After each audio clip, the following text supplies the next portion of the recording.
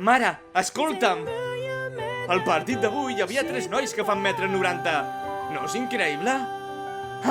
I eren molt bons, de veritat. Però els he fet front. Els esquivava i driblava entre tots. I fins i tot he fet cistella. Encara que no puc defensar gaire, he estat tota l'estona corrent sense parar.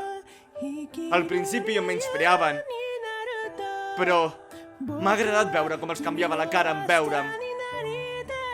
T'havia parlat d'ells, no? D'en Momoharu, en Chiaki i els altres. Són genials. Fem un bon equip. I no només això, he pogut jugar contra jugadors molt bons. Crec que crido l'atenció de molta gent per ser baixet. I segur que això és el que m'ha fet continuar jugant. Per això, de veritat,